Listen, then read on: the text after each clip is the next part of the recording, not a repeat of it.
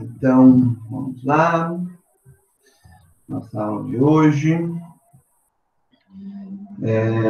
Vamos começar hoje, então, praticamente um novo conteúdo e talvez o conteúdo mais importante, né?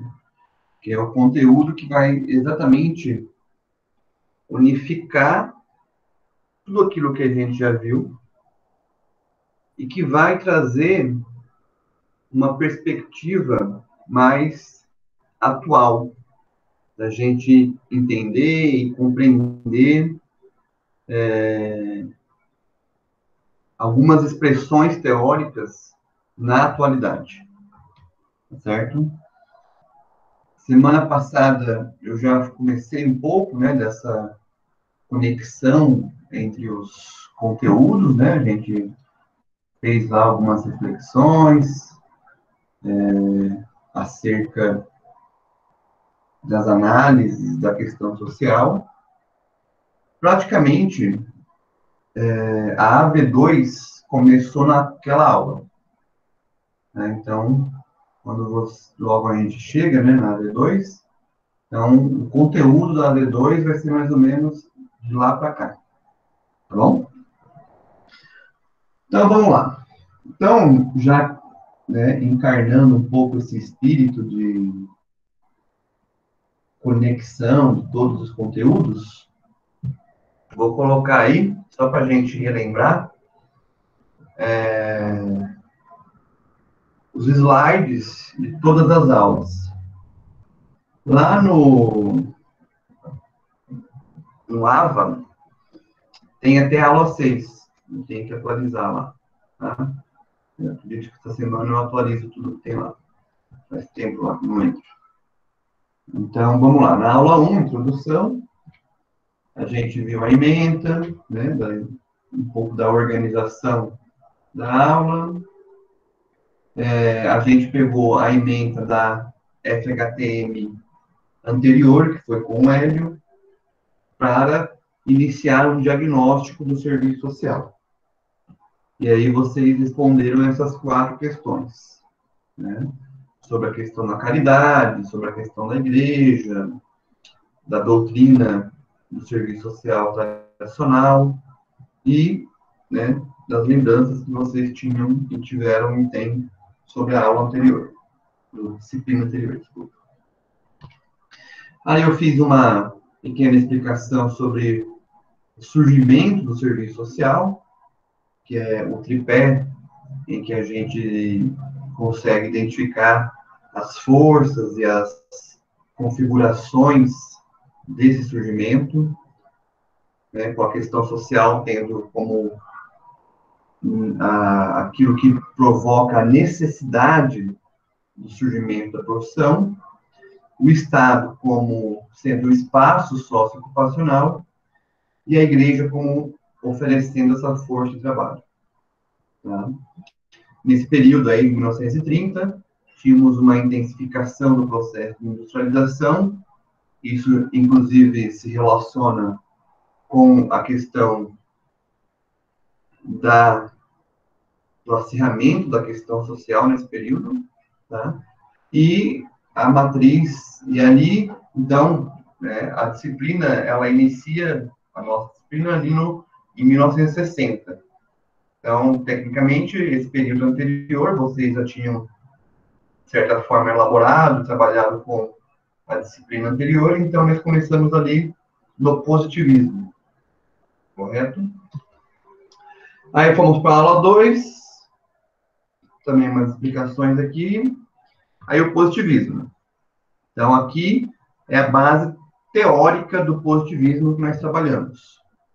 Nós buscamos compreender as 3 premissas essenciais do positivismo, que são as leis naturais invariáveis, a unidade epistemológica, porque se a sociedade é regida por leis naturais, o método para compreendê-la é o mesmo método das ciências naturais. Por isso se chama unidade epistemológica. Epistemologia é o processo do conhecimento. Unidade, então, é que unifica esse processo de conhecimento. ok? E a neutralidade científica, que é um elemento bem importante também do positivismo, que ele tem como prerrogativa ignorar as classes e os valores e as construções e se postular como neutro, né, como algo acima desses conflitos. A dimensão positivista, ela influencia outras teorias, né, é uma dimensão que existe em outros aspectos.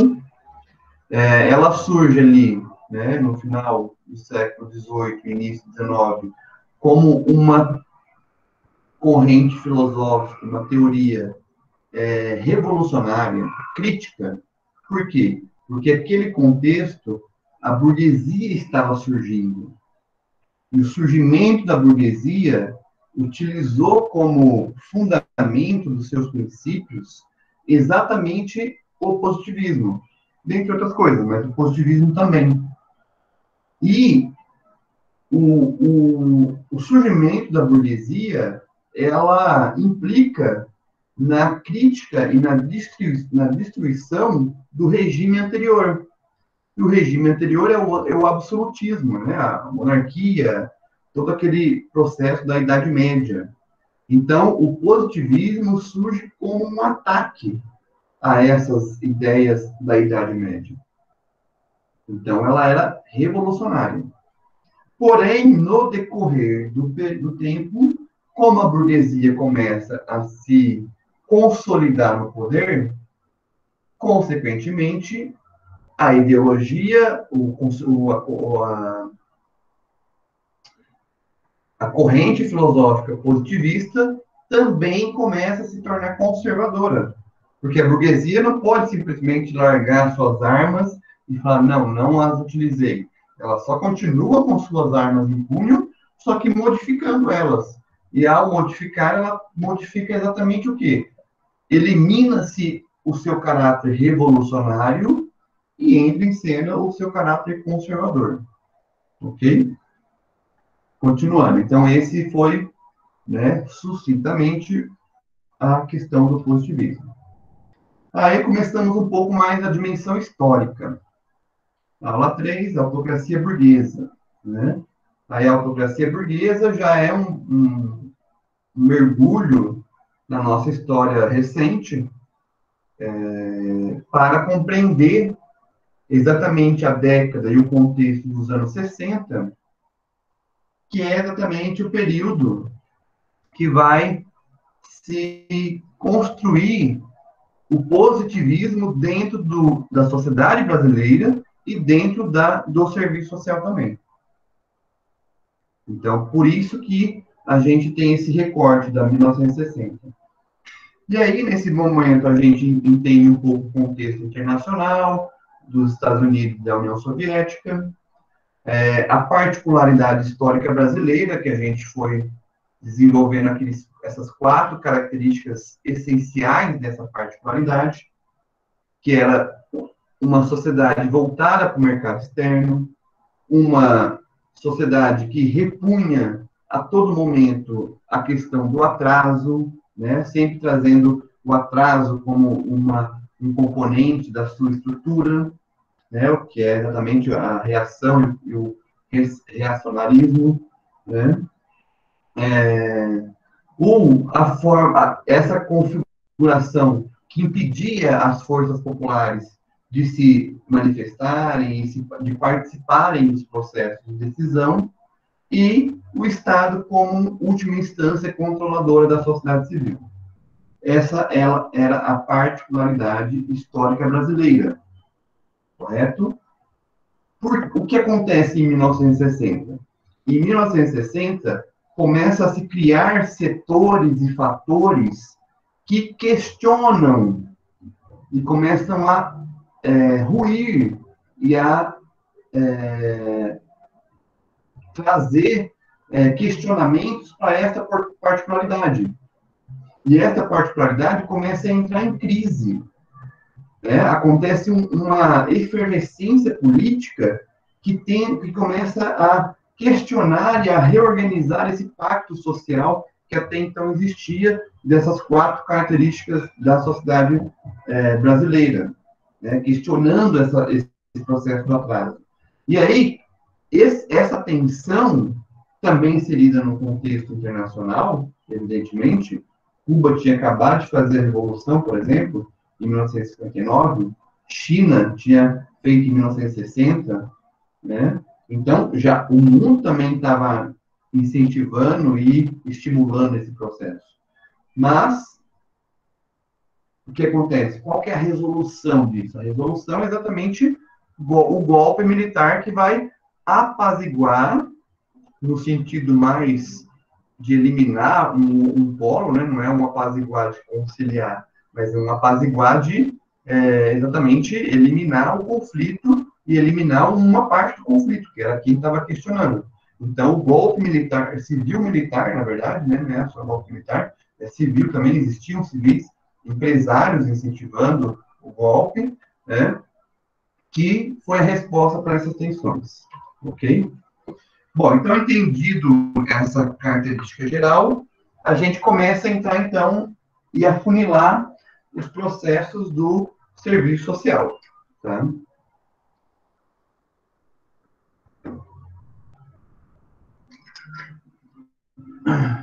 Que é exatamente esse processo de renovação, né?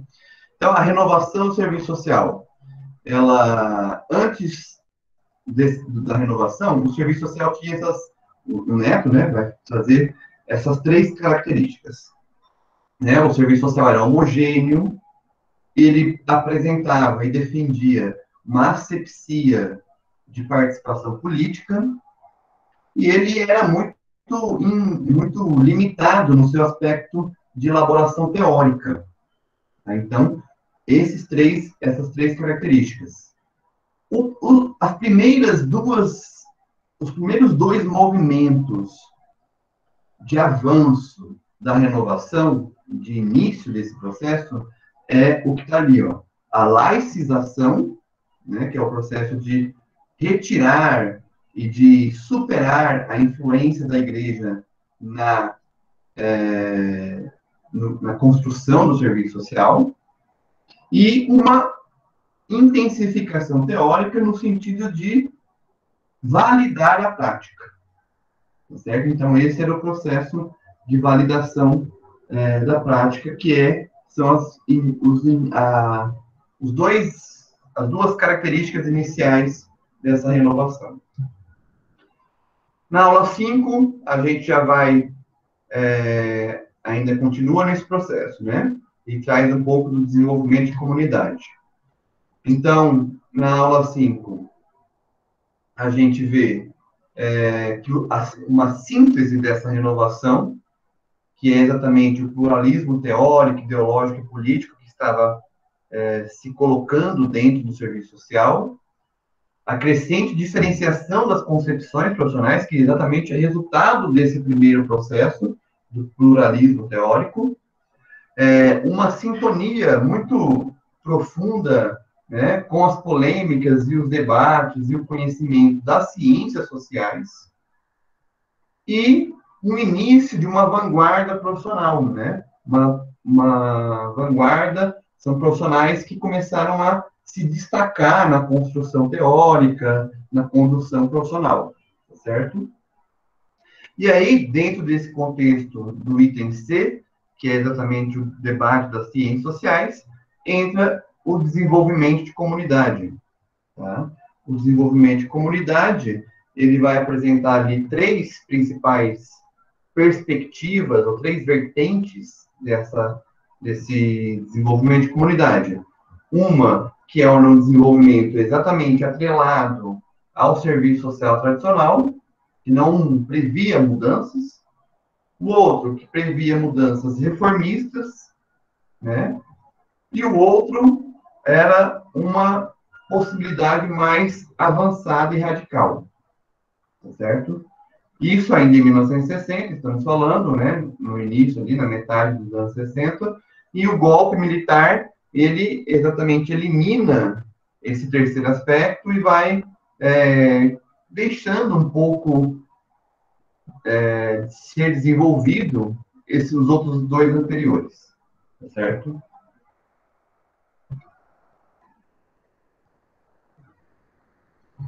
Uma recapitulação bem rápida, viu, gente? Não é uma revisão, é só uma recapitulação para a gente ver o quanto que a gente já caminhou até agora, né? Na aula 6, então, a gente entra em uma das primeiras perspectivas da renovação. Então, o Neto vai trazer 3 perspectivas de análise. Essa é a primeira, né? Que é a perspectiva modernizadora. Acho que aí está a reatualização, mas acho que nem entramos na reatualização nessa aula. Então, na verdade, eu acho que entramos sim. Então, traz ali um pouco de todas as 3 perspectivas, né? A modernizadora, que tem como teoria base o positivismo, tá? Os sujeitos desse processo são ali os seminários de Araxá e Teresópolis. Depois tem a reatualização do conservadorismo, que a gente viu a questão da fenomenologia, né? Passamos bem rápido ali sobre a fenomenologia, e também sobre os seus princípios, né? E agora entramos, enfim, na intenção de ruptura, que é o materialismo histórico, né? Na verdade, a intenção de ruptura, se a gente for parar para analisar, ela esteve presente nas nossas aulas desde o início. Por quê?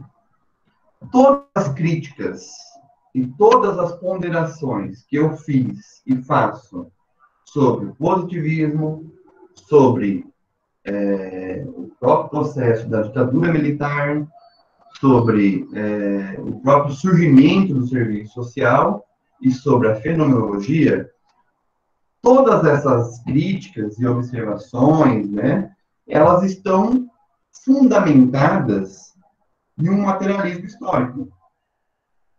Então, a gente acabou, de certa maneira, compreendendo um pouco do materialismo, entendendo e vendo os limites das outras correntes.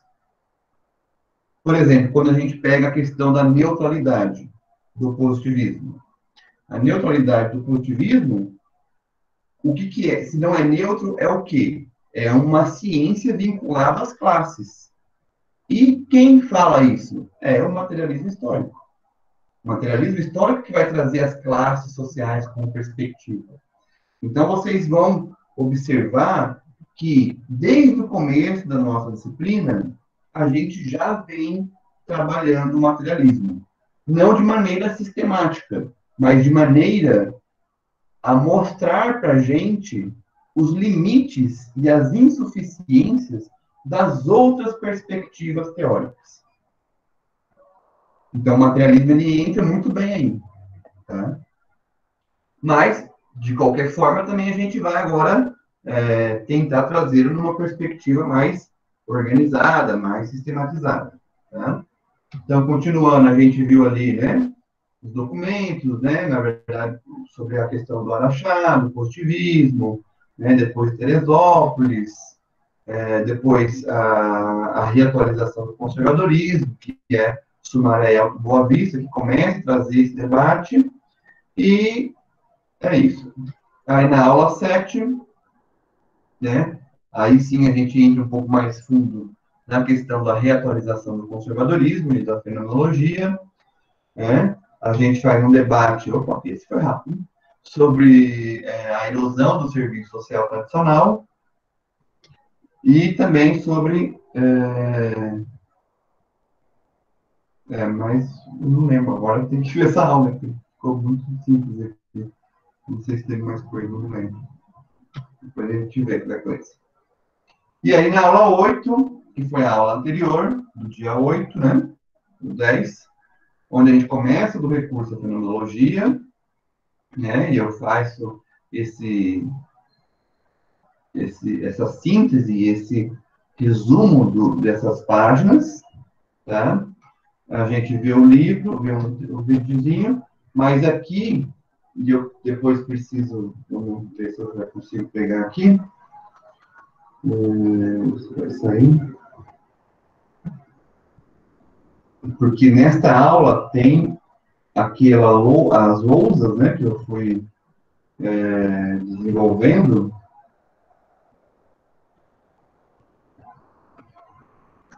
Aparece a lousa aí para vocês? De alguma forma?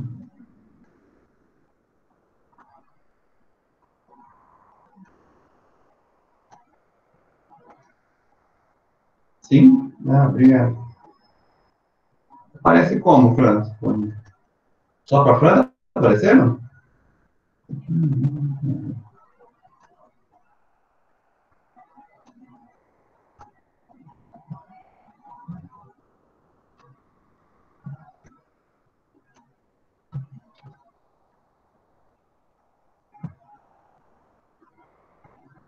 Ah, é porque aparece aqui com o arquivo, né, que vocês podem entrar. Ah, entendi.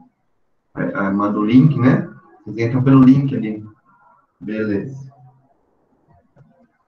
É isso. Bom, então, só aqui eu abri esse daqui só para demonstrar que também tem elementos aqui, principalmente da aula anterior. Né? Então, aqui a gente já viu, e aqui, ó, começa no slide 5, né, da lousa 5, vamos dizer assim. Então, aqui a gente viu a questão do serviço social tradicional, né, que não tinha uma ciência, e aí a modernizadora vai lá e faz a crítica, é esse processo, e a fenomenologia entra ali como resposta a esse limite, tá certo? Então, isso aqui também acho que ficou interessante. Aqui a gente fez um exercício, na verdade, né, a gente foi resgatando aqui e compreendendo um pouco de como a fenomenologia se desenvolve e trabalha para fazer análise de um fenômeno. E a gente viu que ela se centra e se concentra exatamente no processo do indivíduo. Então, a gente foi vendo que também isso acontece na questão do serviço social tradicional, do positivismo também, e da fenomenologia. Então, percebem que ali eu já comecei a fazer essa conexão com todos os conteúdos, né, que a gente já tinha visto, que é a fenomenologia, o positivismo, o serviço social tradicional e a fenomenologia. Então, já ganha corpo exatamente esta perspectiva de a gente conseguir olhar teoricamente um objeto do serviço social, certo? E é isso que a disciplina se propõe, a gente ter essa dimensão histórica, mas entender que essa dimensão e essas construções teóricas estão presentes e que a gente se não ter uma firmeza e uma compreensão teórica, a gente vai facilmente entrar em ciladas, né? Em ciladas profissionais, tá certo? Depois posso explicar melhor isso aí também. Aí a gente viu o conceito da intersubjetividade, a questão da causalidade e acabou. Então, essa foi a lousa que a gente desenvolveu. Beleza? Enfim, chegamos na aula de hoje. Então, até agora, nós estávamos, então, fazendo esse resgate. A aula de hoje, então, dia 15, é a nossa nona aula, né? E o tema é sobre a intenção de ruptura, né? Os dois fundamentos, né? Ele coloca os dois tempos fundamentais na construção da intenção de ruptura. O que são esses dois tempos fundamentais da construção da intenção de ruptura? São esses dois aí que estão no slide. O primeiro é o método de BH. Tá? O método de BH é uma proposta que se desenvolveu em 1975, se não me engano, vamos ver isso ali depois, e que foi o primeiro momento da profissão que se conseguiu elaborar uma crítica, né, e uma proposta realmente suficiente e alternativa ao serviço social tradicional. Tá? Foi aí que conseguiu se construir essa crítica. E aí, neste momento, nós temos e conseguimos observar essas três dimensões aí, ó. Vocês já devem ter ouvido falar dessas três dimensões, né? Me dá um retorno aí, se sim. Já ouviu, Fran? Não sei o que eu estou te vendo. Sim, professor. Sim, né? Então, tá. Sim. Que é o teórico metodológico, né? O técnico operativo e o ético político. Então, no método de BH, nós vamos ter essas três perspectivas. Por quê? Porque eles trazem uma questão teórica e metodológica, eles desenvolvem uma questão interventiva, que é o técnico operativo, e eles definem os interesses históricos profissionais vinculados às classes exploradas. Tá? Eles definem com classes exploradas. Que eu acho mais, né, importante definir como classe trabalhadora mesmo. Tá? Então, esse seria os três pontos essenciais ali do método BH. O segundo momento é a produção da Yamamoto, que é aquele livrinho, não sei se vocês já trabalharam, que é Relações Sociais e Serviço Social no Brasil. Eu não estou com ele aqui, eu emprestei. Mas vocês já trabalharam alguma coisa desse livrinho? Eu não lembro, professor. Não lembra? Alguém se lembra aí? Não.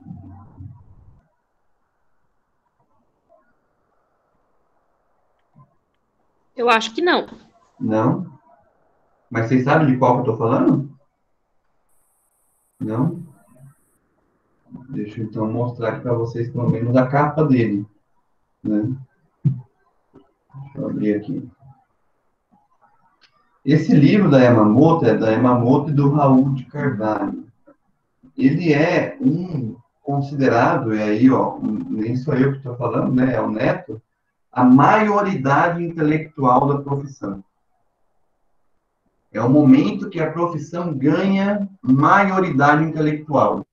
Ou seja, é o livro em que demonstra e sintetiza uma consistência e um aprofundamento significativo do serviço social e da compreensão do serviço social. Deixa eu achar ele aqui, que eu acho que eu tenho PDF. Vou mostrar.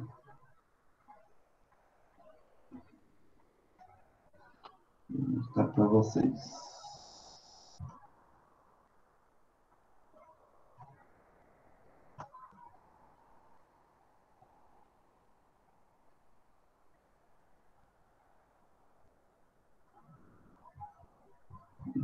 Esse é o livro. É Yamamoto que ele vai fazer análise. Tá? Relações Sociais e Serviço Social no Brasil. Aí Esboço eu de uma... comprei esse, mas eu não li ainda. Não, vamos Mas ler a, então. mas a professora Gilceia falou que, acho que foi a professora Gilceia, se não me engano, que falou desse livro, que era muito bom, que era um livro bom de se ter, porque ia servir muito pra gente. Hoje, assim, as ideias que estão nesse livro, a gente até encontra em outros lugares, né? A própria Yamamoto tem um outro, deixa eu ver, que aqui com vocês. Esse aqui, ó. O problema é que a Yamamoto também, ela tem um modo de escrever assim que a gente, difícil de entender, né? Inicialmente causa uma dificuldade, mas mas com isso Mas tem que nada fazer que a gente também não tenha que se empenhar e fazer o possível para entender, né? É isso mesmo, porque realmente é uma leitura mais densa, né? Ó, tem esse outro aqui dela, ó, Então, por exemplo, esse aqui é mais novo, é um dos últimos dela, se não me engano, nem sei se tem mais. Que é Serviço Social em Tempo de Capital Fetiche. Eu acho que esse eu tenho aqui. É fácil que eu pego. Que ela, por exemplo, que nesse livro, ela vai exatamente fazer um resgate do livro lá, do primeiro livro dela. E tem um capítulo só sobre isso. Então, então a gente consegue, achei.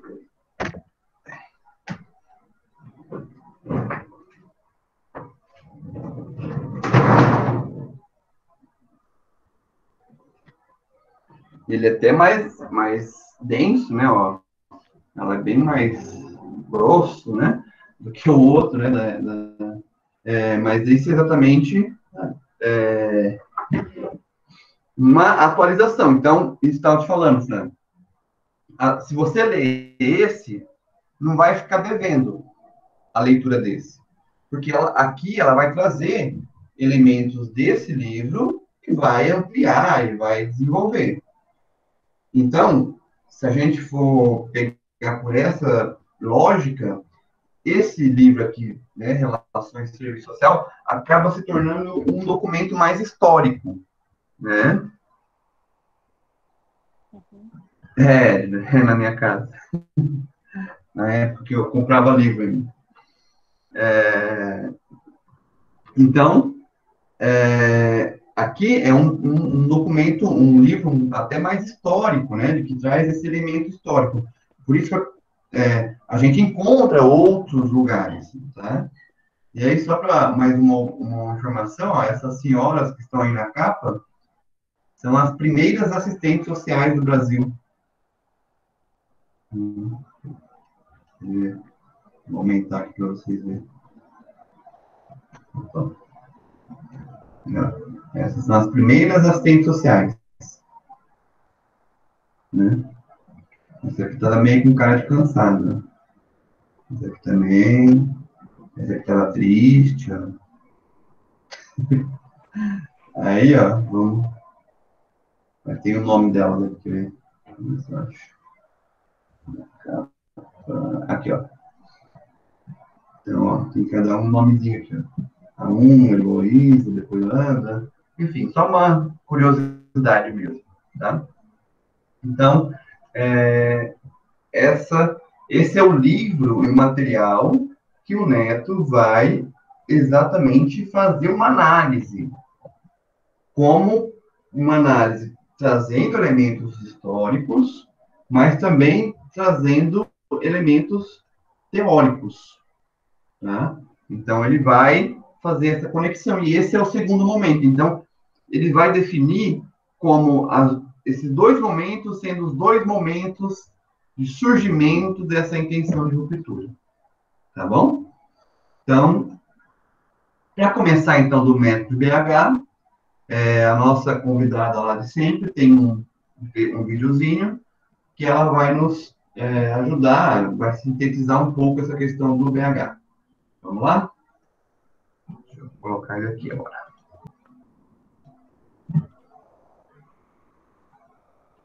Aqui.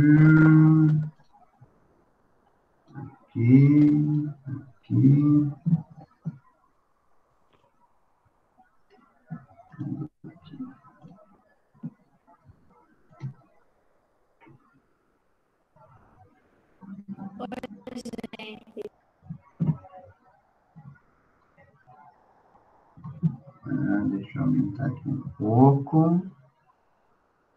E vamos lá. Tudo bem com vocês? Bom, hoje o nosso vídeo vai dar sequência às nossas aulas a respeito dos fundamentos do serviço social. E hoje nós vamos trabalhar o método BH. Então, confiram logo após a vinheta.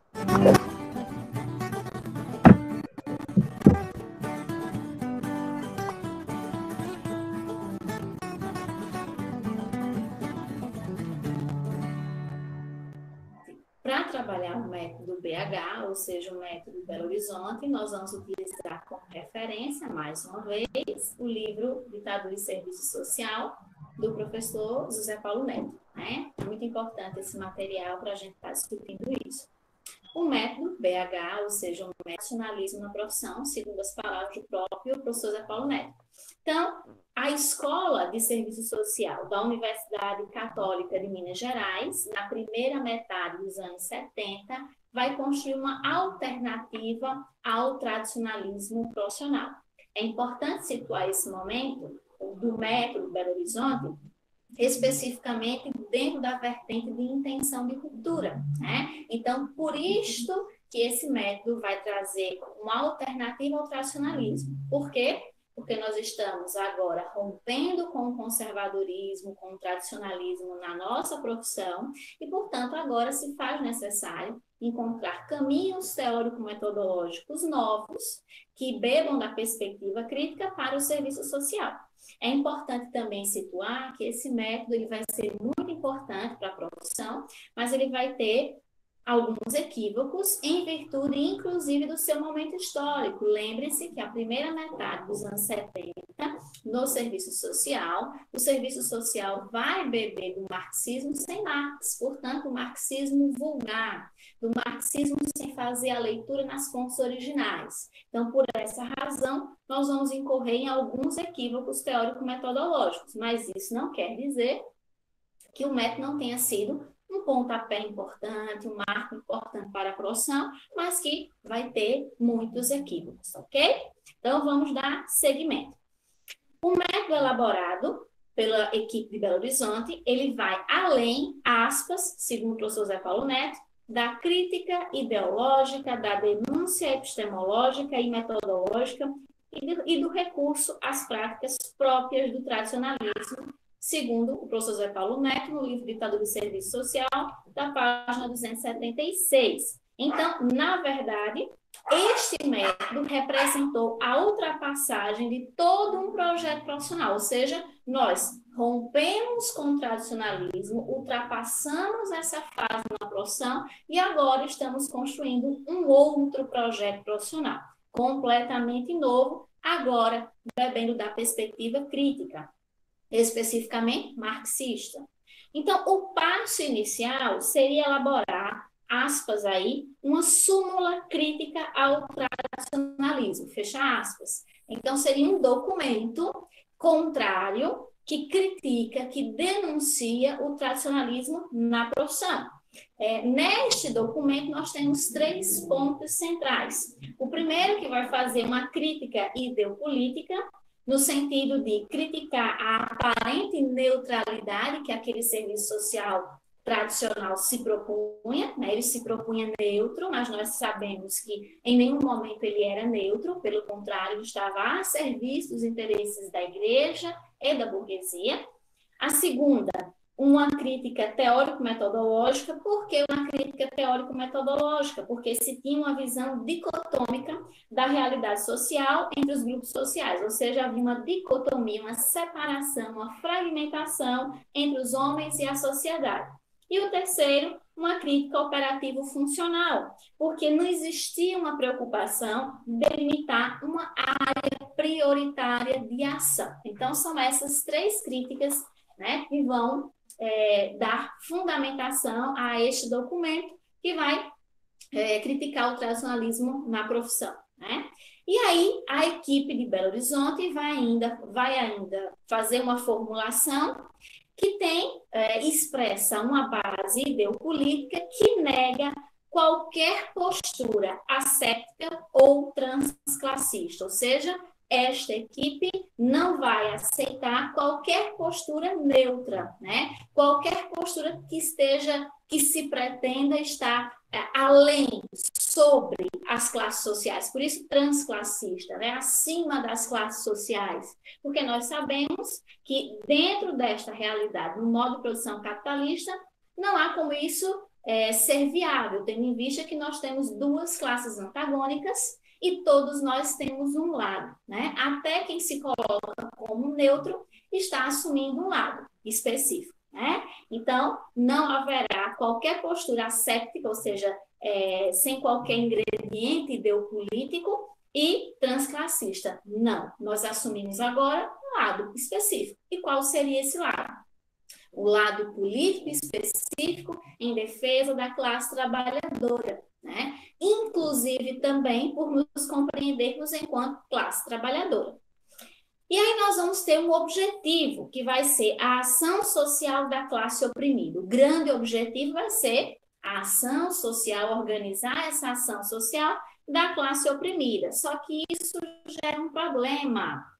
Qual é o problema? A própria noção de classe oprimida. Porque a noção de classe oprimida, ela vai encobrir, vai esconder as determinações econômicas. Quando a gente coloca classe oprimida, não está claro, né, se é burguesia ou se é classe trabalhadora. Então, ela encobre essas determinações econômicas. Então, já temos aí um primeiro problema no método formulado pela equipe de Belo Horizonte, né? Que é essa noção de classe oprimida, né? Existem outras noções semelhantes, como, por exemplo, o conceito de povo, o conceito de nação, que são conceitos policlassistas, né? Povo envolve todo mundo, nação, classe oprimida, então não fica claro o recorte de classe em que você está inserido, ok?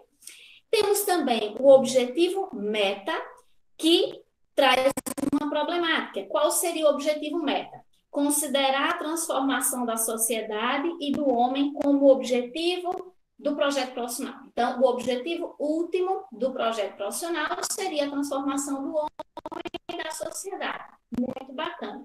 Só que onde é que reside o problema? Na postura militantista messiânica, né? Obviamente que nós temos uma importante contribuição para a construção desse novo projeto de sociedade, mas nós não somos os únicos responsáveis, né? E aqui há essa responsabilidade dada à categoria profissional. Então, isso é muito para qualquer categoria profissional. Então, nós podemos contribuir para o processo e não sermos responsáveis por, ou os agentes que vão desencadear isso, ok? Esse pensamento da equipe de Belo Horizonte, ela vai se fundamentar, se calcar no marxismo-leninista, e aí os formuladores mineiros, eles também vão cair em outro equívoco, o que seria? Eles vão equalizar teoria e ciência. A gente vai ter uma citaçãozinha, aspas, a teoria é um conhecimento científico do mundo. Então, você coloca no mesmo patamar teoria e ciência, como se fossem exatamente a mesma coisa. Não é. Temos também a identificação entre o método científico e o método profissional. Vamos entender. O método científico, ele não pode ser instrumentalizado, segundo os formuladores de Belo Horizonte.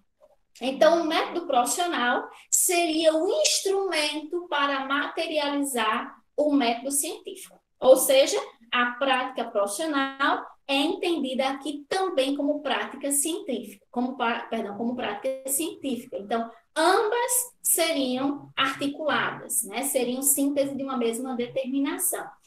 O método profissional seria um instrumento para materializar o método científico. Então, a gente teria aí, nesse sentido, essa equalização em teoria e ciência. Para ir finalizando, o método BH, ele foi testado em Itabira, numa experiência de uma extensão institucional, e vai ter, claro, uma forte presença do espírito crítico, embora com equívocos. Por que equívocos? Porque a nossa leitura do marxismo na época se dava de maneira enviesada, né? Se dava por outras fontes, não se dava pelas fontes originais em virtude do próprio contexto histórico que não possibilitava isso.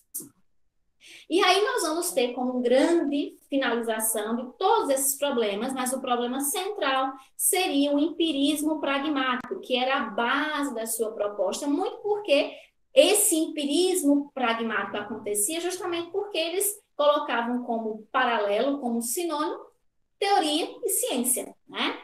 Então, há limitações do viés marxista dessa formulação, pois eles não bebiam das fontes originais, como eu disse anteriormente, e aí a gente vai cair, né, vai resultar no marxismo sem Marx. Veja, então, o método de Belo Horizonte teve importantes contribuições. A gente, mesmo colocando aqui os problemas, os equívocos, não quer dizer que não foi um importante passo, claro. Foi a primeira tentativa do serviço social, dentro da perspectiva crítica, em construir um método para a profissão, agora um método dentro da perspectiva crítica. Então, foi um pontapé inicial e a gente agradece a equipe de Belo Horizonte e Minas Gerais por essa importante contribuição. Mas, em virtude do próprio contexto histórico em que a profissão estava inserida, por não beber dos referenciais clássicos marxistas, nós incorremos em erros de interpretação e, portanto, em equívocos em materializar o método que nós colocamos aqui. Portanto, o método BH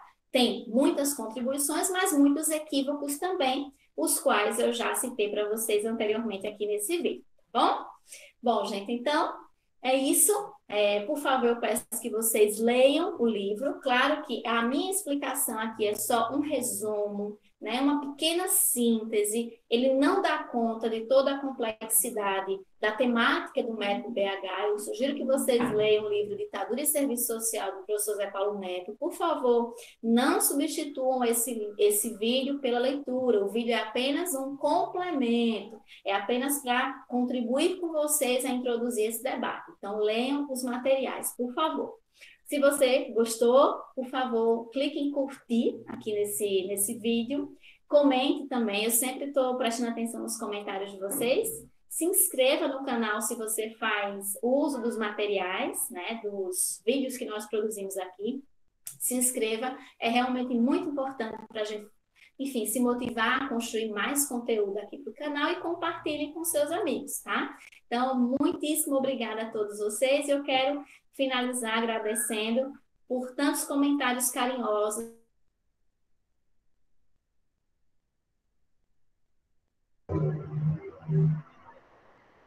Conseguiram? No comecinho estava travando ali, mas depois aí eu voltei um pouco o vídeo, tá? O que vocês captaram ali do método BH?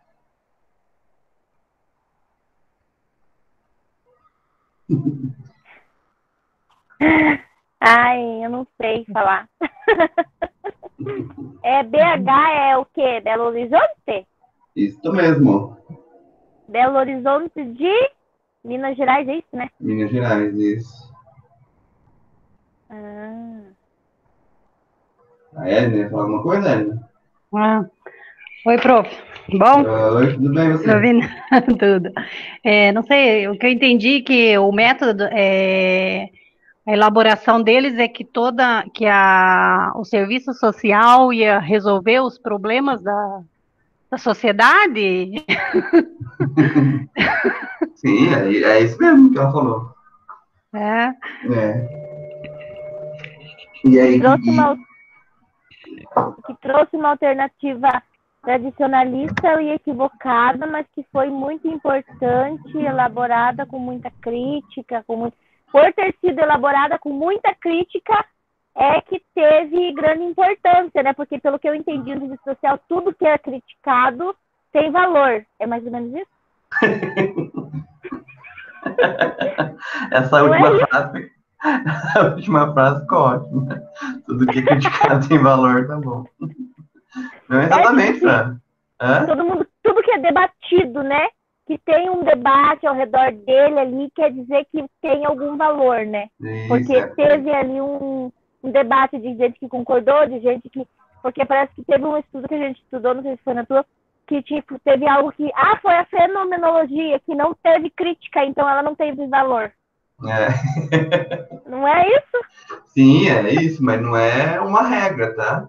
Porque às vezes tem coisas também que são debatidas exaustivamente, e a questão de não ter valor também é uma coisa que tem que ponderar, né? Porque o que é esse não ter valor, né? Tudo mais, né?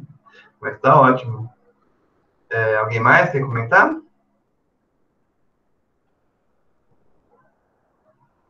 Então, ó, eu fiz uma síntese aí, utilizando um pouco do vídeo e também da leitura, né, do texto, né? Só para a gente firmar, então, o pé, né?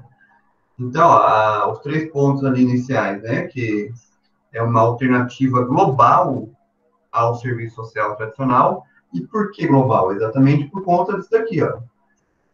Uma perspectiva teórica, metodológica, uma perspectiva técnica, operativa e ético-política. Por isso que é global, tá? Uma perspectiva do marxismo vulgar, então ainda era um marxismo sem Marx, tá?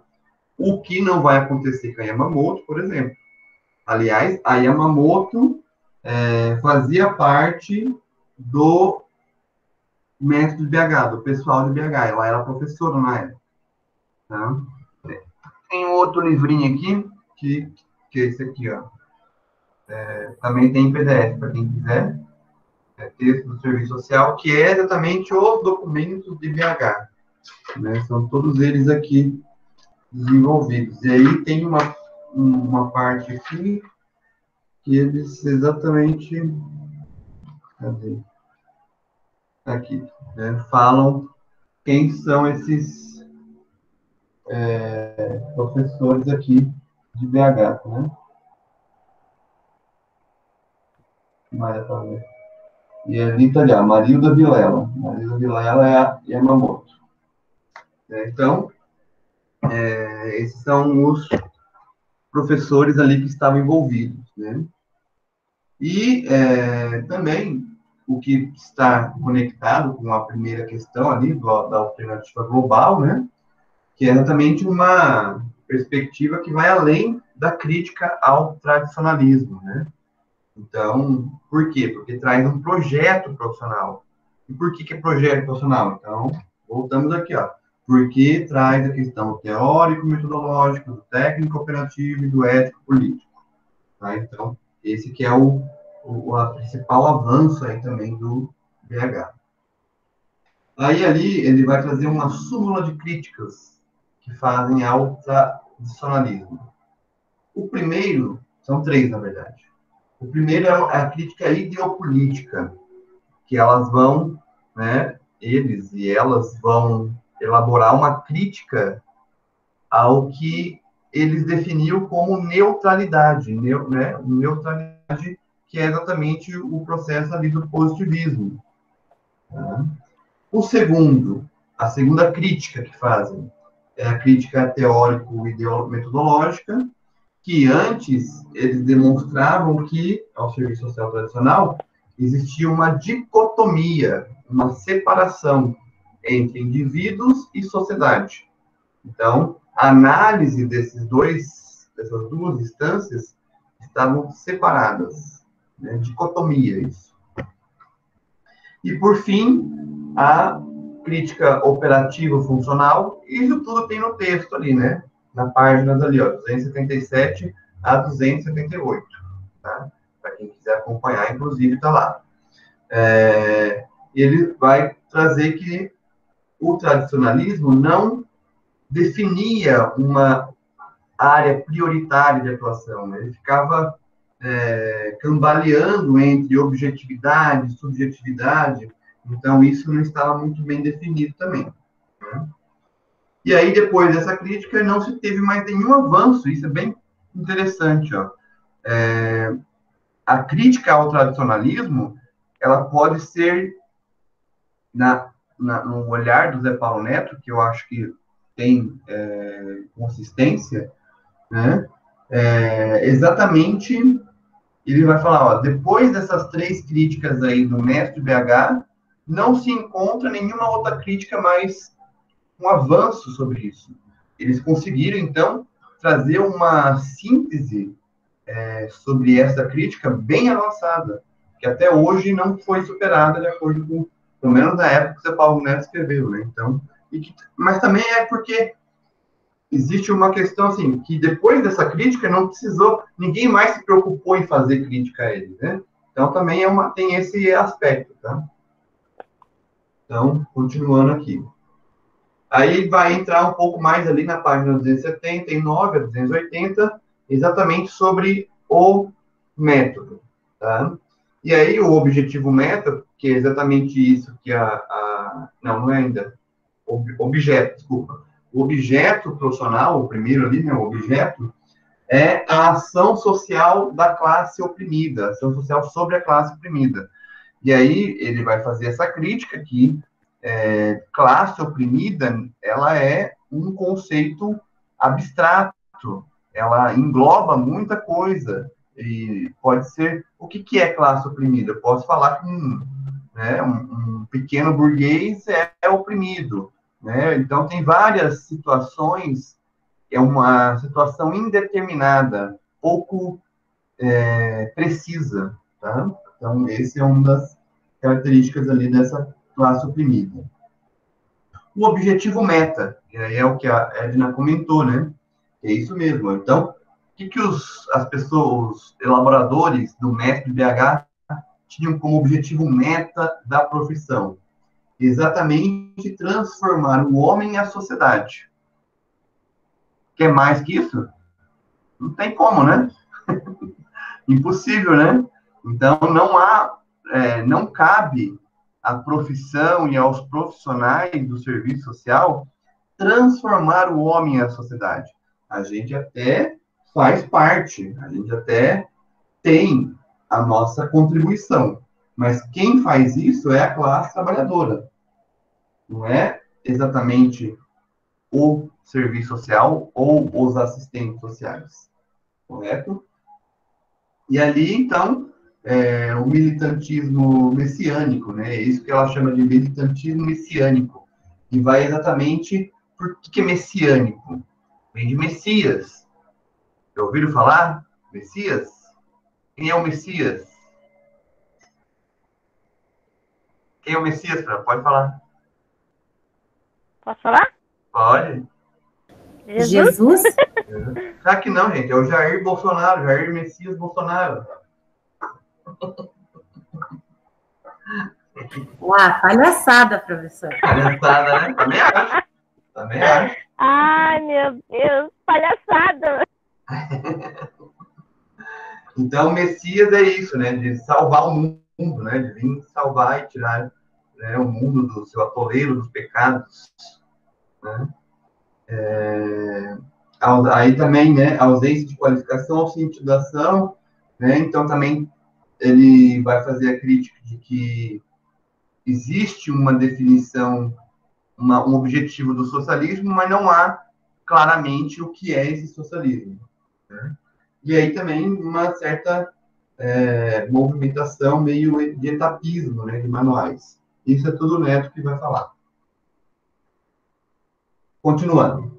Da 283 a 285, ele vai fazer a questão do método. E o método ele vai trazer ali, né, que é o método científico, mais a instrumentalização prática.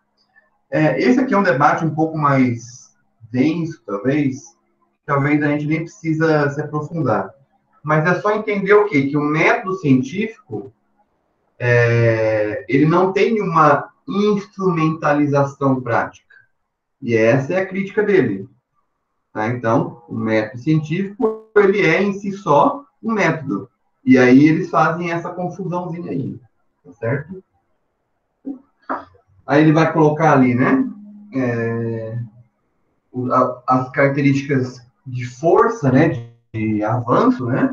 Que é exatamente a ordenação e a construção, né, operativa ali do processo, né, do método profissional, né, a exigência de uma elaboração teórica prática, então existe também esse avanço, porém tem as debilidades do simplismo, né, de fundar o estatuto profissional como uma variável da cientificidade. Então, todos esses, tanto a força quanto a debilidade, estão relacionadas a compreender o estatuto profissional como método científico mais instrumentalização prática.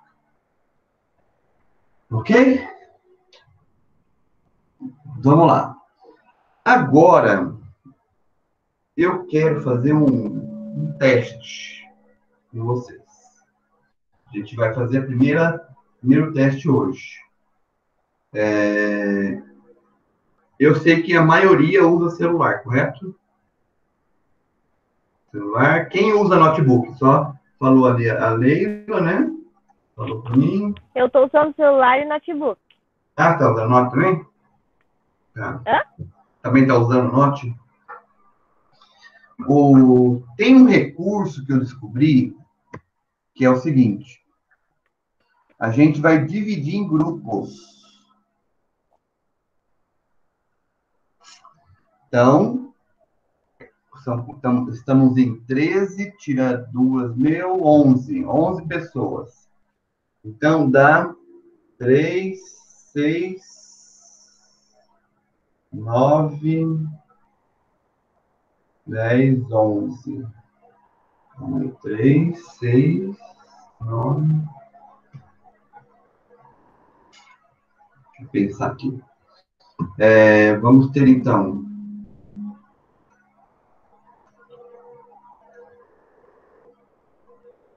eu acho que vamos pegar 4 pessoas no grupo. 1, 4, 8. 4, 2 grupos de 4 e um grupo de 3. Então, 2 grupos de 4 pessoas e um grupo de 3. Então, serão 3 grupos. Certo? A gente vai... Eu vou tentar, tá, gente? Então, vai ser vai ter uma atividade, né? Mas também vai ser mais um teste para a gente conseguir, porque aí nas outras aulas eu vou usar mais esse recurso se der certo. Tá? Então, como é que funciona? Então, a gente vai montar os grupos aqui, tá? Vamos lá, grupo 1. Quem que pode ser aqui? Vamos lá, Fran. Quem mais? Se pronuncie. Mais 3 pessoas. Pode ser eu e a Sandra, professor. E a gente já está com o telefone. Tá. Juarez, Sandra, Diniz, e mais uma pessoa. Posso escolher, então? Vou pegar aqui. Quem que aparece primeiro para mim? Edna. Então, e Edna. Grupo 2. Vamos ver aqui. Deixa eu ver por aqui que é mais fácil. Grupo 2 é a Jennifer, a Kelly,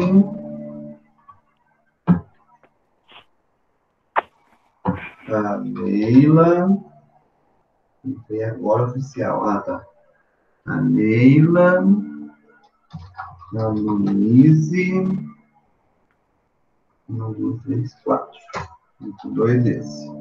Grupo 3. Vai ter só 3 grupos. Grupo 3. Luíse. Aí vem a Miriam, Patrícia, Sandra Fonte, 1, 2, 3 e Simone. E acabou, né? Tem mais? Tá faltando alguém aí? Então, foi 3 grupos só. Legal, melhor aí. Então, cada um já sabe qual é o seu grupo.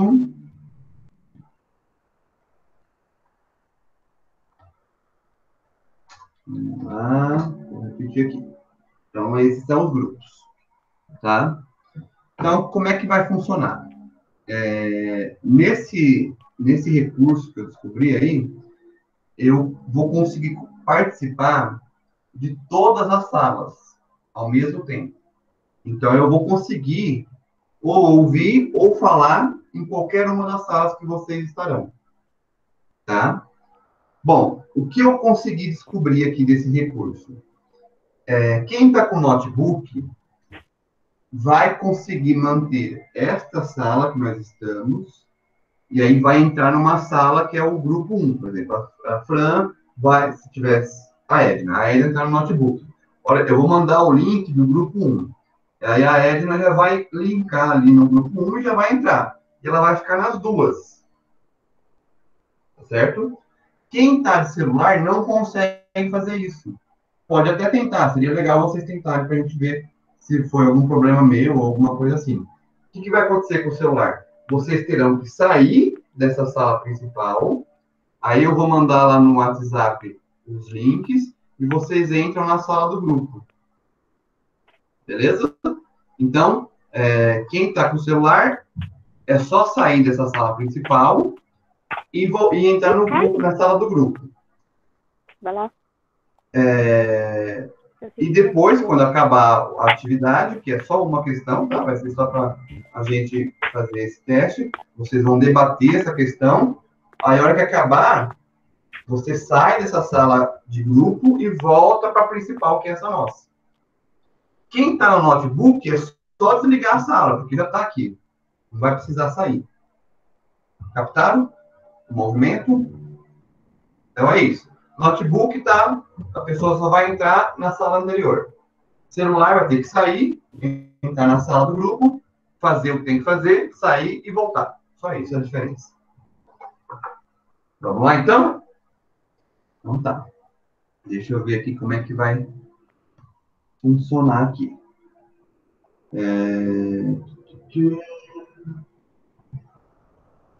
Vamos ver aqui. Então, temos 3 grupos, né? Então, só vai funcionar 3 grupos. Sai daqui. 3 grupos, beleza. Essa aqui já está aberta. Deixa eu ver aqui.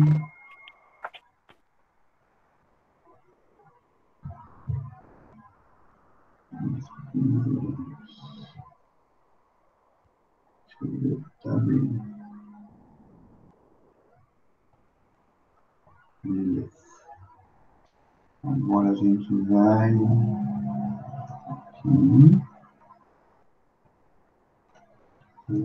aqui. Ó, eu vou copiar então aqui.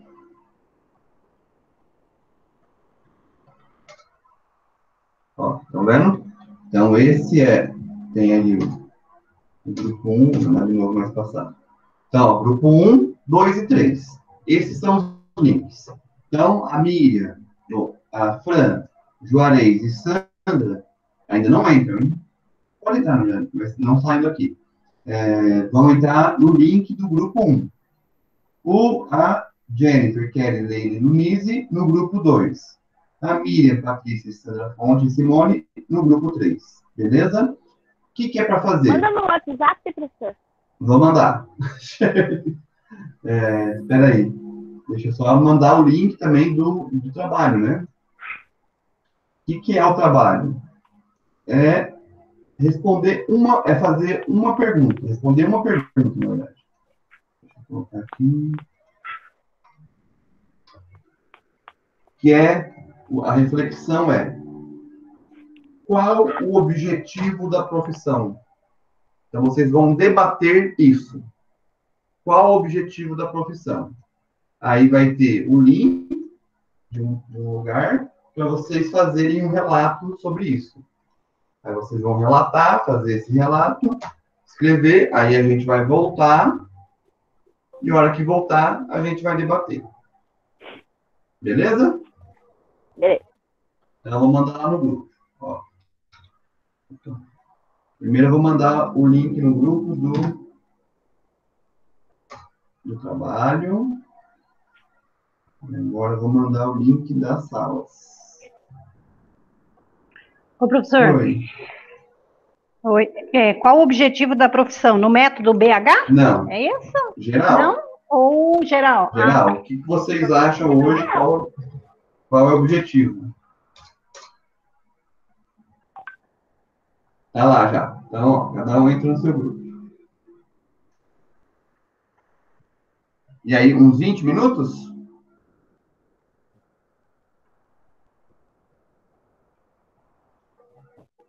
Beleza, então. Até tem uma parte ali que no texto do Neto ele fala, né? Até no vídeo a menina falou, né? Que ela escolheu o seu lado, né? Ela escolheu o lado da classe trabalhadora. No finalzinho do vídeo, e o Neto também já citou isso daí, né? Teve um determinado momento eu acho que foi nesse de BH, que se determinou, né?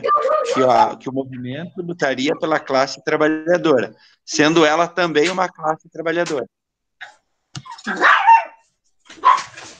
Sim.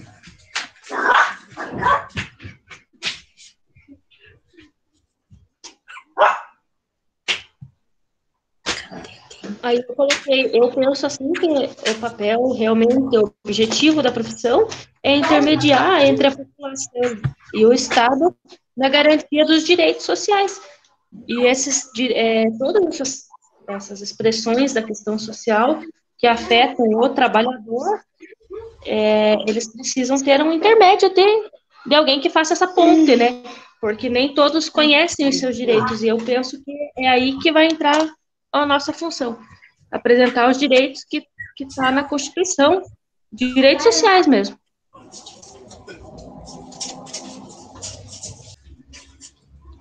Pode falar, professor, não tem problema. Estamos vendo que o senhor está aí.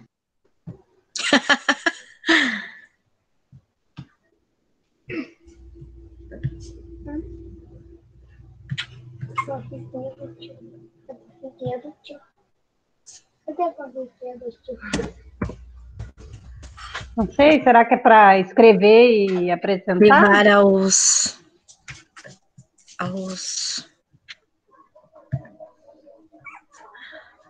Então, ele mandou um Google formulário ali, né? Aonde? Mas agora eu não sei se... ele mandou no WhatsApp do grupo. Mas eu acho sim que a base da resposta é essa, né? Amparar as pessoas, né? Ali, quando as pessoas estão tendo problemas ali com saúde. A ponte dos direitos, né? Essa ponte dos direitos. Você tem direito a isso. Eu, como assistente social, eu posso te dizer, você tem direito a isso, isso, isso e isso. Né? Ele vai fazer essa mediação entre a sociedade e o Estado, né? Que eu captei assim, hoje é isso, né? Sim. Só é um pouquinho assim, tipo, é complicado. A gente, na verdade, a gente sabe, entende o que é, a gente só não consegue explicar e falar e escrever. Né? Mas a gente tem uma... É isso. E eu também penso que a gente tem que pensar mesmo com essa ruptura do tradicional. A gente tem que trazer o serviço social para a nossa atuação profissional, como eu posso colocar, o trabalhador mesmo, não é uma benesse do Estado, não é um favor, não é uma caridade, é um direito adquirido por lei. E esse direito, eu penso que a gente que vai fazer essa ponte. Não sei, posso estar me equivocando até. São direitos que as pessoas não têm conhecimento. Elas não sabem qual é esse direito. Então, ela vai na assistência social lá procurar um serviço. Só que daí, lá no serviço, ela vai saber que ela não tem só direito àquilo que ela foi buscar, mas há muito mais. A gente tem que abrir para as pessoas muito mais do que ela foi buscar. Tipo, você veio buscar isso, mas você pode ter isso, isso, isso, isso e mais isso. É assim que eu penso. A mesma, né? Do meu ponto de vista, não sei de vocês. E eu penso que tem que ser bem objetivo na resposta, porque a pergunta é bem objetiva, né? Qual o objetivo da profissão? Então, sem muito... Não sei como que a gente pode começar. O objetivo é fazer o intermediário entre o trabalhador e o Estado, ou sociedade e Estado.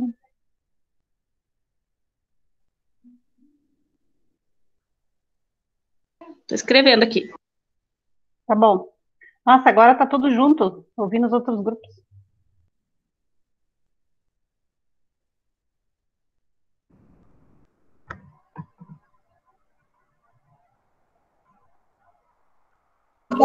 Tá bem?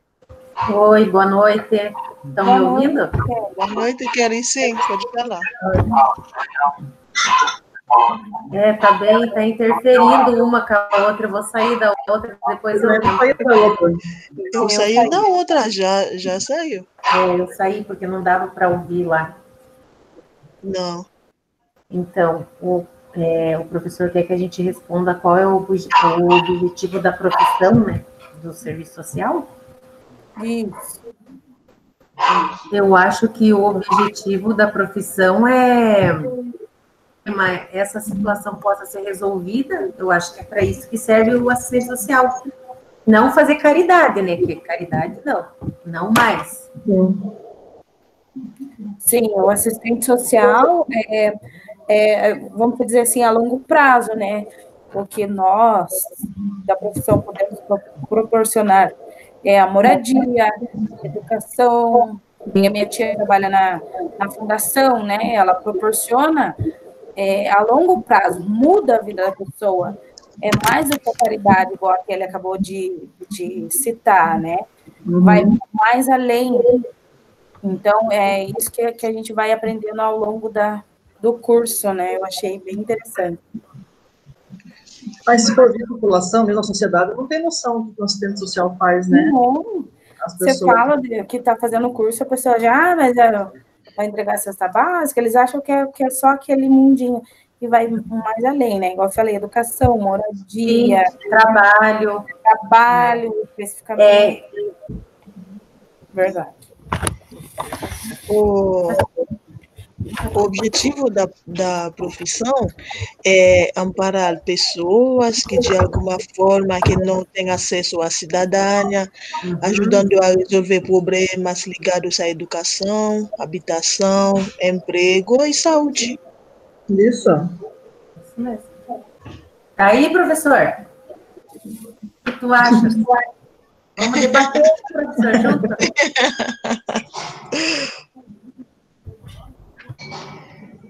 E sabe que o assistente social também, como trabalha em alguns órgãos públicos, ele não exerce, não trabalha só com uma profissão, tipo, às vezes não age muito na área, sabe? Que nem no CAPS, né? O objetivo do assistente social, né, é fazer grupo, entende? É falar, não seja praticamente, não que não seja, né, o papel dele, mas ele não faz grupo para orientação, né, sobre os seus direitos, né, mas ele não atua diretamente, né. E ele não trabalha sozinho também, não, né? Equipe multiprofissional também, né, disciplinar, aliás, e é fazer agora de orientações, né. Às vezes acaba fugindo um pouquinho das suas funções, né, assim, tem que fazer grupo e tal, às vezes acaba esquecendo um pouquinho, sabe, do que tem que ser feito mesmo, sabe? Sim. Isso, mas é mesmo o caso mesmo da empresa mesmo, né, da política, né, na realidade, da empresa. Sim. Entendi. Ó, a Denise, tudo que ela precisava em relação a como se virar no país, ela procurou assistência social. Verdade ou mentira? Ai, Kelly.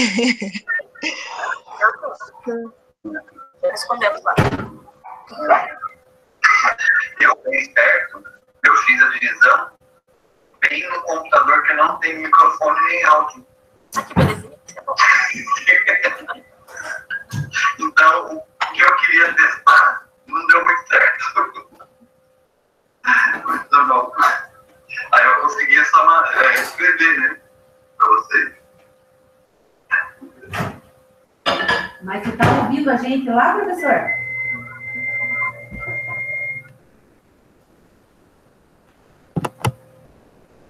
Está conseguindo ouvir a gente lá, professor? Está conseguindo ouvir a gente lá no outro lá? Não tô. Pior que não tô. É brincadeira, hein, professor? Eu fiz. Agora não consigo voltar no outro. É que o professor está dizendo aqui que ele não está conseguindo ouvir a gente. Ah, tá. E agora? Não ouviu nada que nós falamos? Ainda não, bem que ele tá gravando. não ouviu nada. Ele vai ter que assistir a gravação agora. Eita, professor. Ele falou que está gravando só para gravar também, porque não vai sair o áudio lá. Agora não consigo entrar no outro. Mas como que vai funcionar agora, professor? Como que vai funcionar? Nosso grupo aqui terminou. Como que vai funcionar, então? Tá, então, vocês podem sair da sala ali do grupo, só ficam agora na principal. Ouviram, meninas? A gente pode sair. Jennifer, Kelly, Leila. Sandra. Oi. Estão ouvindo, meninas? Eu tô. A educação. Isso, os benefícios. É a ponte, né? Assistente social, na verdade, eu acho que tem o objetivo de ser a ponte para essas pessoas que não têm o acesso. Eu penso assim, não sei se está certo. Igualmente também. Eu não sei se é para responder ali. Amparar, quem você falou, né? Todos os problemas da sociedade. Estão me ouvindo, meninas? Estou, Sandra. Então. Ok. Mas é isso, é garantir o acesso às políticas públicas para o cidadão, né? Isso. Sim. Cadê o negócio aqui? Só que é uma só que escreve, daí lá na resposta? Eu acho que sim. Acho que dá para colocar o nome de todas lá daí, né? Demarca X, acho que de todas ali, né? Isso. Quem que tá Oi, meninas, boa noite. Oi. Boa noite. Desculpa, eu tava na aula, só na aula, mas eu tava no trabalho, na verdade. Só deixei pra ir correndo, né? É pra responder pra ele ou tem um questionário? Vocês estão com um questionário? Uma coisinha? Ele mandou um questionário ali. É? E vocês estão com eles aí? Não? Ou mandou no grupo também? Eu tô com ele aberto. Se vocês quiserem, eu vou respondendo aqui. Peraí. Por aqui o nome de todo mundo. Isso? Isso, Miriam. Tá. Então tá. Qual o objetivo da profissão? Vou por ser. Mas daí quando você, ampara, orienta, já em relação a isso, né? As políticas públicas seriam, né, essas expressões da questão social. Você, né? Isso. É que eu tenho medo do Leandro. A última vez que eu tentei resumir, ele me deu Agora eu vou falar tudo, mesmo que eu tô repetindo. Deixa eu pôr aqui. Amparar as pessoas ao acesso, né? Cidadania? As políticas públicas? Pode ser. Mas dá pra gente elaborar melhor também, né? O que você falou ali, Sandra? Garantido? O que você falou antes? Garantia de acesso às políticas públicas.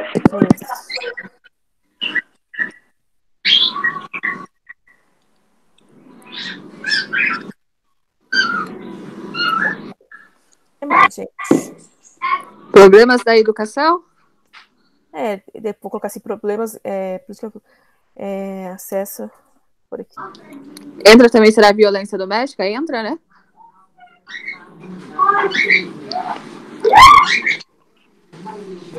Acho que da minha parte é só. Eu também acho. É bem específica, né? Não tem muito, né? Eu acho que a gente já falou em política pública, já falou tudo, né? Já abrange tudo, não precisa especificar uma ou outra, né? Daí diz ali numa segunda pergunta, alguma dúvida sobre o conteúdo? Várias. Muitas, porém não vou especificar. Só isso? Então vou enviar. É só essas duas?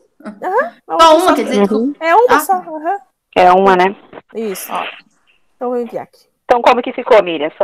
Vou ler para vocês então. Tem por objetivo orientar, encaminhar, amparar as pessoas da garantia ao acesso às políticas públicas. Acesso a problemas como educação, desemprego, moradia e saúde. É isso? Isso? Mais uma coisa? Tá bom, as meninas aí, Simone e Patrícia? Tá bom. Tá tudo certo, obrigada. Vou enviar, então. Tá bom. Tchau. Voltando pra aula, né? Volta pra aula. Volta na outra. Obrigada, meninas. Grupo 3 também, né? Não, grupo 3 que chegou, né? Verdade, desculpa. É a Miriam, Patrícia, Sandra e Simone, né?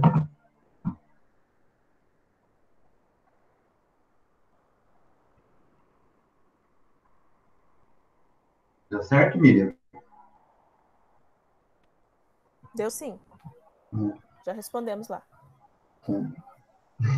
Eu, bem esperto, eu fiz a divisão bem no computador que não tem microfone nem áudio.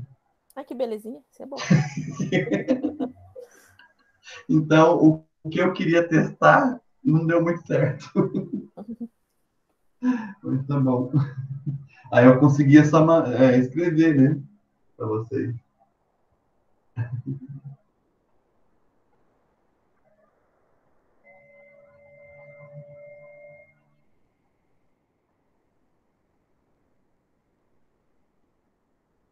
Oi, Kelly.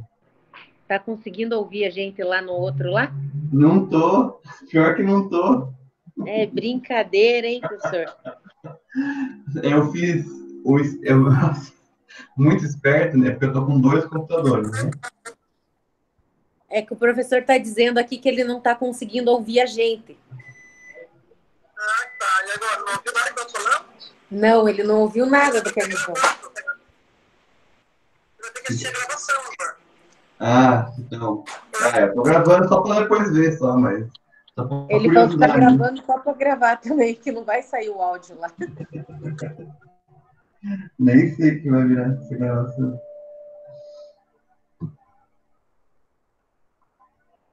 Todos os grupos terminaram? Nosso grupo aqui terminou. Como que vai funcionar, então? Tá, então vocês podem sair da sala ali do grupo, viu? Só ficam agora na principal. Ouviram, meninas? A gente pode sair do grupo aqui e ir para o grupo principal. Obrigada, professor. De nada. Eu consigo escrever, mas não consigo nem ouvir nem falar. Tá, eu vou voltar lá naquele lá que eu acho melhor. Obrigada. Beleza. Então, todos os grupos terminaram. Estão retornando.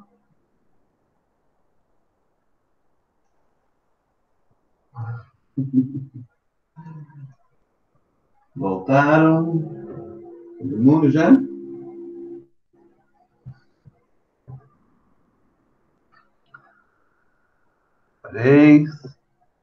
Acho que todo mundo, não estou conseguindo ver aqui.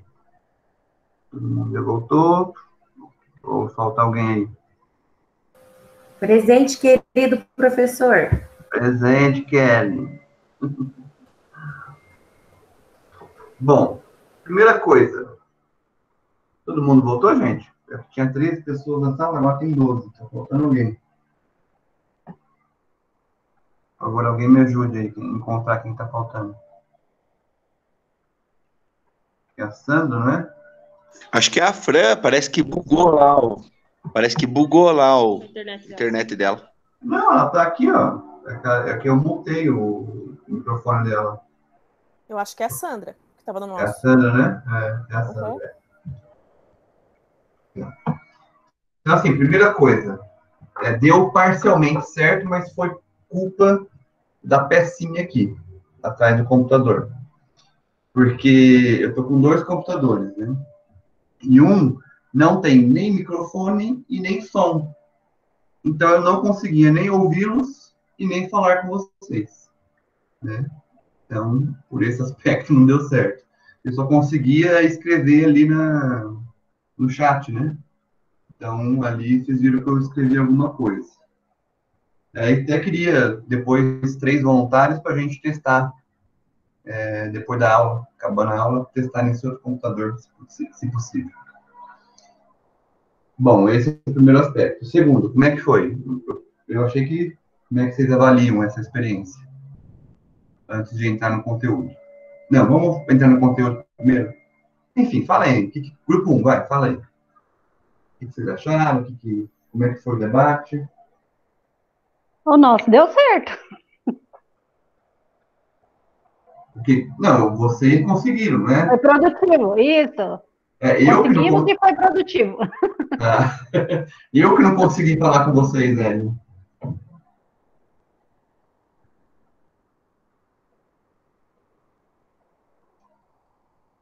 O que vocês debateram? Professor, é para a gente fazer uma resposta bem objetiva?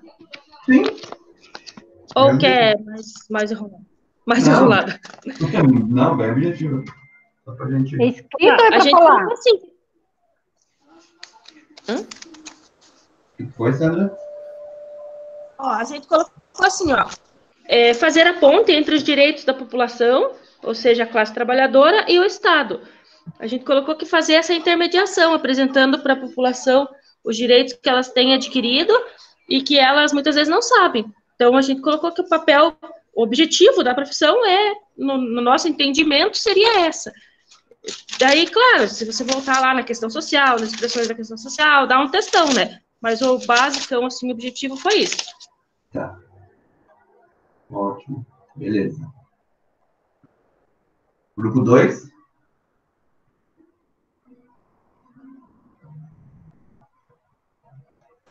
Então, professor, nós estávamos comentando que o objetivo da profissão é aquelas pessoas que não têm conhecimento sobre as políticas públicas, né, que não têm conhecimento, tem acesso a um assistente social, onde ele vai orientar, vai amparar sobre em relação às cidadanias, como moradia, saúde, trabalho, aquilo que ela necessitar. O assistente social vai orientar, vai escutar a história da pessoa, vai ver o que ela realmente precisa e vai dar um norte para ela do que aonde ela pode buscar para que ajude, auxilie ela nessa ajuda, no que ela precisa. Tá. Vocês... porque assim, você percebe que aí está um pouco misturado, e é normal, está misturado, porque eu acho que esse é o debate, né? A gente tem que construir isso com uma certa metodologia da profissão. Tá? Então, a gente começa a ter que compreender, né, as diferentes formas entre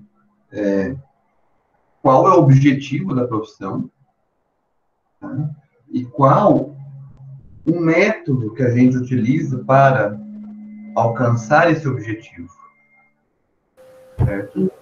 Então, no caso, o objetivo da profissão é amparar as pessoas em relação à cidadania, moradia, saúde e trabalho? Amparar, acho que é um termo talvez não muito feliz, assim, né? Eu acho que orientar? Hoje, um termo mais que a gente utiliza é garantir. Garantir. Acho que garantir seria uma das compreensões talvez mais consistentes, assim, né? Garantir os direitos. Exatamente, garantia de direitos. Então, o que significa garantia de direitos? Garantia de direitos é um processo que envolve um monte de coisa, né, para se ter uma garantia de direitos. Mas antes de aprofundar, eu quero ouvir o grupo 3 também. Eu acabo falando muito e não dou espaço para vocês falarem. Nós colocamos isso também, professor, orientar e encaminhar os cidadãos na busca pela garantia de direitos, políticas públicas, né?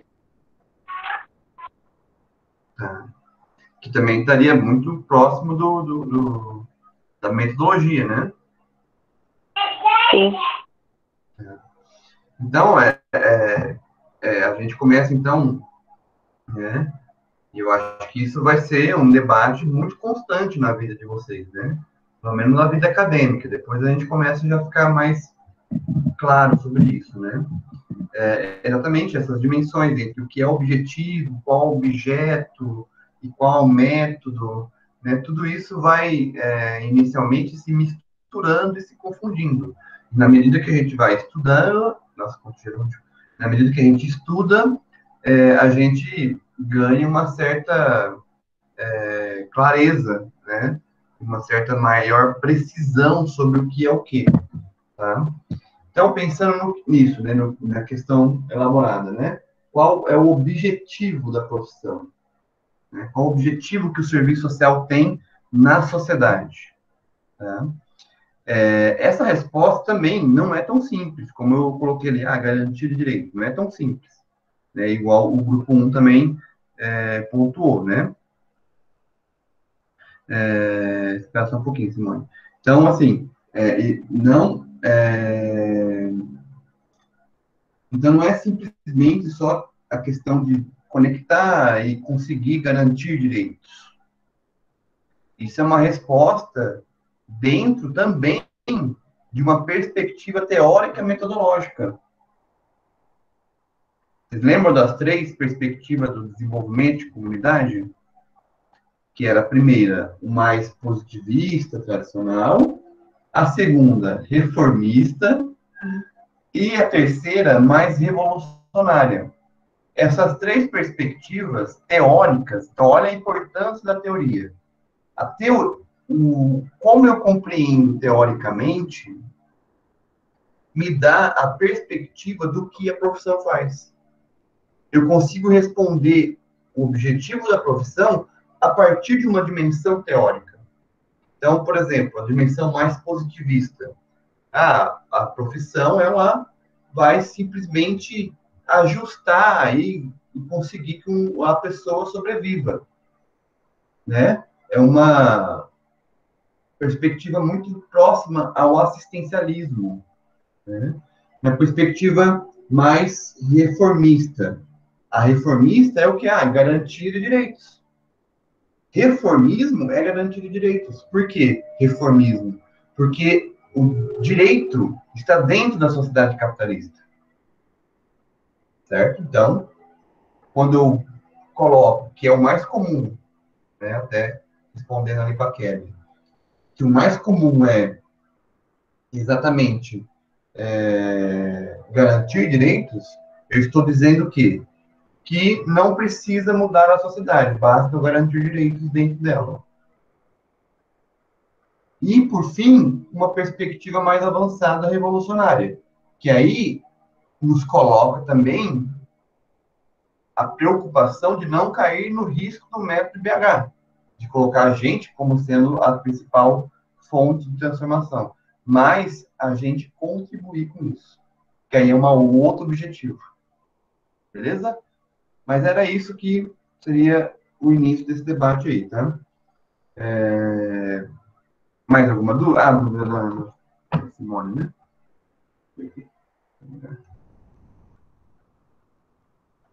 Professor, tem uma dúvida. Seria o CRAS que informa os cidadãos dos seus direitos? Simone, o CRAS, ele tem uma função dentro da política de assistência social, tá? Que é executar alguns serviços e realizar algumas atividades específicas, tá? Dentre elas, também informar sobre os direitos é importante, mas não é esse o foco, né? Eles informam os direitos porque, enfim, qualquer equipamento público teria essa obrigação, tá? Então, informar direitos, você até pode lá, mas eles também têm que ter um certo cuidado, porque, por exemplo, eu vou lá e quero saber direitos sobre portador de deficiência física, pessoa com deficiência física, desculpa, né? Não necessariamente o CRAS precisa saber disso, né? Ele tem que se informar os direitos daquilo que lhe é competente, entendeu? Mas não necessariamente de outras coisas. Tá ok, professor. Obrigada. De nada. Gente, mais alguma coisa? O que vocês acharam da divisão de grupo? Foi legal? Foi bom, legal. Bom? Foi legal. Mudou um pouco, né, Fran? Sim. Ninguém mais... Saiu um pouco da rotina, né, professor? Foi legal. Legal, Simone. Juarez? Sandra? Miriam? Não, bem bacana, professor. Patrícia? Então tá. Alguém... Gostei, professor. Falar lá tá. com as meninas. Alguém... Então tá, então. Deixa eu desligar aqui. Por hoje é só. Vai, prof.